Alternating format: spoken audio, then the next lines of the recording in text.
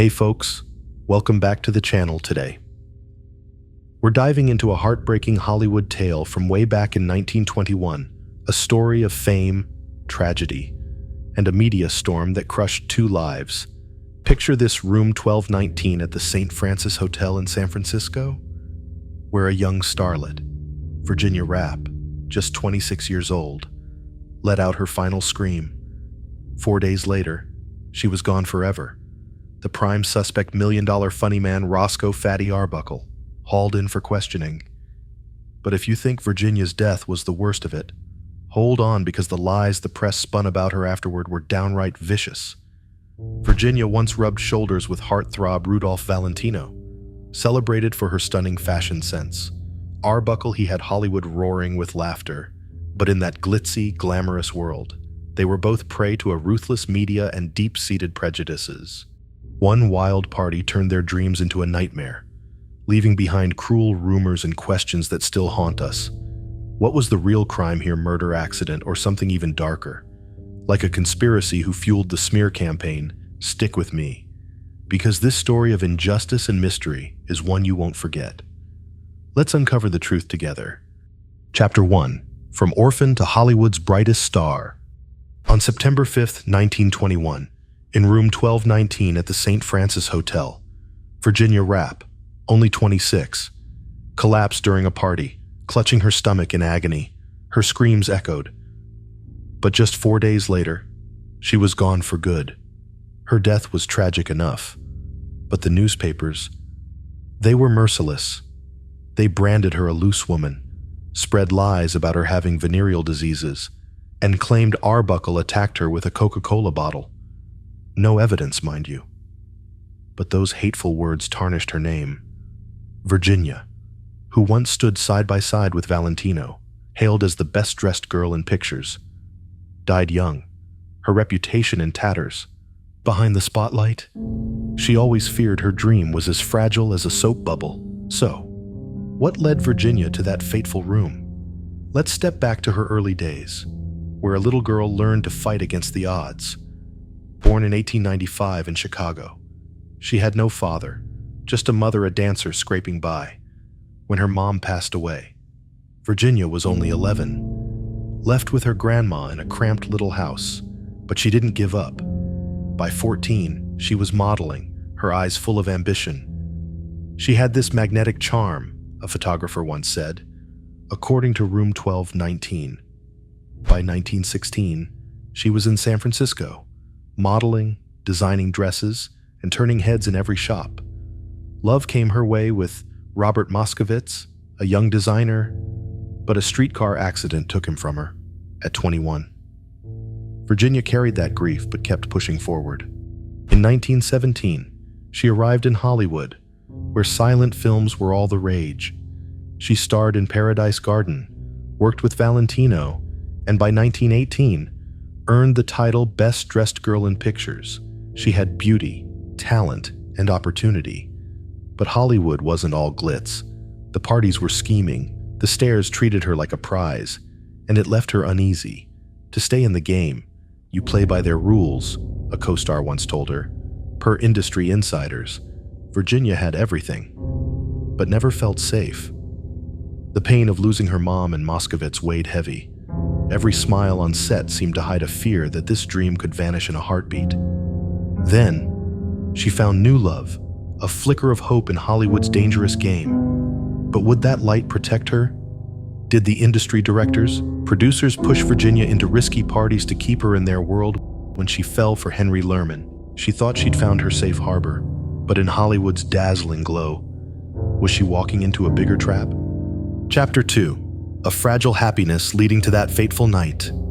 By 1919, Virginia Rappe was hand in hand with Henry Lerman, a talented director, stepping onto film sets with her heart racing for love. They lived together, dreaming of a wedding, like they'd found a beacon in Hollywood's storm.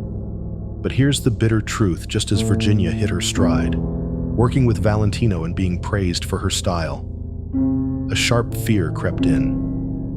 Parties like the one at the St. Francis where she'd collapsed 2 years later were lurking. She had love, fame, but stood on a razor's edge. where one misstep could ruin everything. Could Lehrman's love save her from the abyss? With Lehrman's help, Virginia shone in small roles. She held her own next to Valentino, her gaze captivating entire sets. The press called her the best-dressed girl, her gowns sparkling like stage lights. But Hollywood in 1920 was a brutal chess game. Prohibition-era parties, brimming with illegal gin, were where stars got tangled in unspoken schemes. "Go to the parties, or be forgotten," a co-star whispered. Virginia shuddered at the leering eyes treating her like an object, especially from Roscoe Fatty Arbuckle, the million-dollar comic Lehrman knew. "He's crude, untrustworthy," she told a friend, her voice trembling. Every raised glass felt like walking a tightrope, one mistake away from losing it all. Lehrman's love was her rare light, but the grief of losing her mom and Moskowitz still haunted her. Here's a chilling thought, did Lehrman, in his ambition for them both, unknowingly nudge Virginia into risky parties. An insider hinted she once declined a party invite. But Lehrman urged, just go, one time. She stood there, dressed to the nines, but her heart was heavy. Hollywood was a dream, but also a trap. When Virginia walked into those parties, did she sense the invisible blade waiting in room 1219? Or had the trap already snapped shut behind her? Chapter 3 was Virginia's end in room 1219, inevitable. Imagine September 5th, 1921, a bright Labor Day in San Francisco. Virginia Rappe, 26, steps into the St. Francis Hotel, her gown dazzling, her smile forced. She's there to secure her spot in Hollywood's cutthroat world, mingling with big names like Roscoe Fatty Arbuckle. But here's the gut punch, just hours later. In room 1219, she collapses, clutching her stomach, her screams piercing the air. 4 days later, she's gone, leaving an unsolved mystery. The press claimed Arbuckle attacked her with a Coca-Cola bottle, calling her a floozy. No proof. But those vicious lies smeared her. Her death was tragic. But the way they trashed her name hurt even more. What happened in that room? And why couldn't anyone save her? Virginia arrived with her friend Bambina Maud Delmont and manager Al Simnacher. Illegal gin prohibited during Prohibition flowed freely, jazz blaring. But she wasn't at ease. She told friends Arbuckle was crude, low class, per Lehrman in room 1219. The pressure to keep her career kept her there, despite her unease, to stay in Hollywood. "You party," a co-star had said, per insiders. By mid-afternoon, Virginia went pale, doubled over in pain. They took her to room 1219, Arbuckle's private suite. He followed, locking the door. That click of the lock felt like the prelude to tragedy. Delmont said she heard screams. She banged on the door, and when it opened, Arbuckle stood there in pajamas, flashing an odd smile. Virginia was on the bed, tearing at her clothes, crying. "He did this to me, I'm dying," Simnacher, panicked, suggested an ice bath to snap her out of it. But she only screamed louder, her body shaking. A hotel worker, eavesdropping. Whispered Simnacher looked nervous, like he was hiding something. Dr. Arthur Beardsley arrived at 7 that evening, inserted a catheter, found her bladder damaged, but gave her morphine and dismissed it as drunkenness. An autopsy later showed she died of peritonitis from a ruptured bladder, possibly from chronic cystitis, per Oxygen. But why wasn't she rushed to a major hospital? Rumors spread like wildfire back then. Some claimed Roscoe Fatty Arbuckle pinned Virginia Rappe down, using a Coca-Cola bottle or a piece of ice to hurt her. Bambina Maud Delmont, the one who kicked off these accusations, had a shady past with blackmail. According to Smithsonian, was she exaggerating the whole thing for a quick buck? Maybe with Hearst's newspapers backing her up? Or was that ice bath they gave Virginia a deliberate mistake, making her condition worse? The St. Francis Hotel, terrified of getting caught with illegal liquor during Prohibition, might have delayed getting her help. A waiter, as mentioned in room 1219, was heard muttering about cleaning up before the police showed up. Picture Virginia lying there, in agony, in a room bathed in light. but nobody came to her rescue. She was a star, adored by many. Yet in that moment, she was completely alone, abandoned by the very system that propped her up. So, did Delmont blow those screams out of proportion to stir up a scandal for blackmail, with Hearst's support? Or did the St. Francis Hotel and Virginia's manager, Al Semneker, hide the truth to protect their reputation and cover up the illegal booze, leading to her mysterious death? What really went down in room 1219, and who made sure Virginia's cries were silenced forever? Chapter 4. A humiliation worse than death. Virginia Rappe, a star who once stood shoulder to shoulder with Rudolph Valentino, praised as the best-dressed girl, now lay cold in her coffin. Just 4 days after that fateful night in room 1219, she dreamed of stardom. But when the spotlight faded, the press turned her into a stranger. They called her a tramp, spread lies about venereal diseases, and claimed she caused a crab epidemic on set. Worse, they said Arbuckle assaulted her with a Coca-Cola bottle or ice. No evidence. But those cruel lies stuck to her name like ink on paper. Her death was painful, but the shame from those rumors cut deeper, like a knife through the dreams she'd built. Who was behind these lies? And why did they set out to destroy a star? After September 9th, 1921, when Virginia passed, William Randolph Hearst's papers, like the San Francisco Examiner, unleashed a firestorm. They painted the St. Francis party as an orgy, Arbuckle as a degenerate. One headline screamed, "Actress dies in depraved party." Film mogul Max Sennett even claimed Virginia caused a crab epidemic that forced studio cleanups, per a YouTube transcript. No proof. But the story spread like wildfire, overshadowing her talent. Meanwhile, Al Semneker, Virginia's manager, testified Arbuckle said he put ice in her private parts, per room 1219, unverified. But it sent courtrooms into a frenzy and gave the press fuel to call Virginia a tragic victim. Bambina Maud Delmont, who sparked the rape charge, had a blackmail history, per Smithsonian. Her claim screams. Arbuckle's sinister smile weren't used in court due to inconsistencies, but Hearst's papers treated them as gospel. Virginia, gone, couldn't defend herself. Henry Lerman, her fiancé, was so heartbroken he swore to kill Arbuckle if he wasn't convicted, per room 1219. But even Lerman got caught in the rumor mill, with papers hinting Virginia was too wild for his love. A reporter back then admitted, this scandal sold millions of papers, but who profited? Here's a chilling thought: did Hearst, with film industry ties, team up with Sennett to target Paramount, Arbuckle's studio, by amplifying the rumors? Or did Delmont smear Virginia for cash, backed by Hearst prosecutor Matthew Brady, a politician with big ambitions, might have pushed the narrative to build his name, despite flimsy evidence? A hotel worker, per room 1219, whispered about keeping quiet to protect the St. Francis's reputation.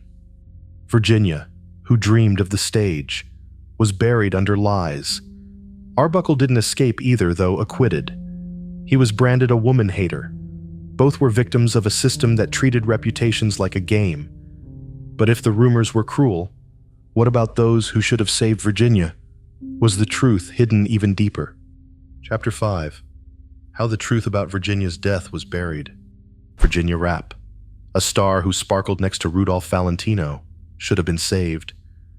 But after that tragic night in room 1219, she lay in a cold room at Wakefield Sanatorium, not a major hospital, given only morphine and faint whispers of hope. 4 days later, on September 9th, 1921, she was gone. Her death was tragic, but the abandonment by doctors, the hotel, and those around her cuts even deeper. A nurse said Virginia whispered, "Fatty did this to me," a cry for help or an accusation who left her alone in her pain. And why is the truth about her death still so murky? After collapsing, Virginia wasn't taken to a top hospital but to Wakefield, a maternity clinic, sometimes used for secret abortions. Dr. Arthur Beardsley at the St. Francis found her bladder damaged via catheter but gave morphine, assuming she was drunk. At Wakefield, Dr. Rumfield diagnosed alcohol poisoning, ignoring serious signs. The autopsy showed she died of peritonitis from a ruptured bladder, possibly from chronic cystitis. But why wasn't she saved? A hotel worker hinted they had to stay quiet to avoid a liquor probe during Prohibition. Here's a grim theory. Did the St. Francis pick Wakefield to hide a liquor scandal? Did Beardsley stay silent under hotel pressure? Could Rumfield, used to shady clinic work, have misdiagnosed on purpose? Virginia's words, "Fatty did this," were blown out of proportion by the press, though they might have just been cries of pain. A nurse looked nervous hearing them, like she feared something slipping out. Virginia lay there, alone, while the party raged on.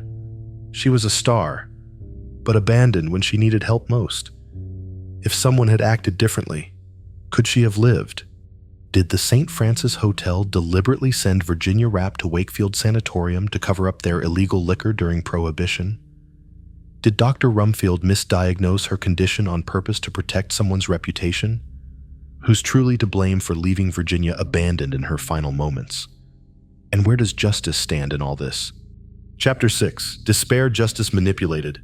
Virginia Rappe, a star who shone beside Rudolph Valentino, deserved justice. Roscoe Fatty Arbuckle, accused in her mysterious death, deserved a fair shot. But after that night in room 1219, justice became a puppet show for the powerful. 3 trials from 1921 to 1922 turned into a circus, with the press, prosecutors, and Hollywood pulling strings. Virginia was smeared as a floozy, Arbuckle painted as a monster. Though acquitted, both were destroyed. Who orchestrated this drama of Virginia's death, painful as it was just the start of a greater injustice, where truth was twisted, leaving despair for anyone seeking fairness. On September 10th, 1921, Arbuckle was arrested for murder but released quickly, like someone pulled strings. 3 chaotic trials followed. Prosecutor Matthew Brady, a politician with big dreams, pressured witnesses like Zay Prevon to lie, but they forgot details in court. Al Semnocker claimed Arbuckle mentioned ice in Virginia's private parts, sparking courtroom chaos. Unconfirmed. It was catnip for Hearst's papers, who ran with the Coca-Cola bottle lie. Bambina Maud Delmont, who started the rape charge, wasn't called to testify due to her blackmail past. A hotel worker whispered Brady wanted a big win to climb the political ladder. By April 1922, Arbuckle was acquitted. The jury apologized. Not guilty isn't enough. He was treated unfairly, but justice didn't save him. Will Hayes, a film industry bigwig, banned Arbuckle from acting, though the ban lasted only 8 months. He lived like an outcast, working under a pseudonym, dying in 1933 at 46, broken. Virginia wasn't cleared either. Her fiancé, Lerman, vowed to kill Arbuckle but was powerless against the rumor storm. Hearst's papers called her wild, erasing her talent. Here's a cold theory: did Hearst, with film ties, work with Senate to target Paramount, Arbuckle's studio, by inflating the scandal? Paramount, while funding Arbuckle's defense, sacrificed him to calm the public. An insider said the studio wanted a clean image post-scandal. The case birthed morality clauses in actor contracts and the Hays Code, controlling Hollywood for decades. But at what cost? Virginia and Arbuckle were victims of a system that valued profit over truth. One question lingers: if justice was this manipulated, who's really responsible for Virginia's death? Conclusion: Virginia's legacy. What was the real crime at Hollywood Forever Cemetery? Virginia Rappe's grave rests quietly beside Henry Lerman's, a reminder of a shattered dream. She was a star, dazzling next to Rudolph Valentino, dubbed the best-dressed girl. Her gown sparkled, her smile lit up the stage. But her mysterious death in room 1219 at the St. Francis in 1921 stole it all. The press called her a tramp, spun lies about Coca-Cola bottles and diseases. Roscoe Fatty Arbuckle, the $1 million comic, though cleared, lived as an outcast, dying in 1933 with a broken heart. Virginia was forgotten, her name buried under lies. She was a star, but the world turned its back, leaving silent pain. What does Virginia's story teach us? The media and prejudice can destroy the truth, turning stars into victims. Her case didn't just take her life, it shook Hollywood. After the scandal, morality clauses tied actors to strict rules. By 1930, the Hays Code controlled films, from scripts to costumes, to avoid stains like Virginia's case. But at what cost a talented woman was erased from the spotlight? Arbuckle, innocent, lost everything, working under a fake name, an insider said. After this, Hollywood wasn't a free dream anymore. The era's biases labeling women like Virginia loose, artists like Arbuckle depraved, killed justice. Today, scandals still flare, with accusations outpacing truth. Virginia and Arbuckle were victims of a system that played with reputations. What was the real crime, her death, or the way the world tore her apart? Will Virginia ever be remembered as the star she was meant to be? Drop your thoughts in the comments.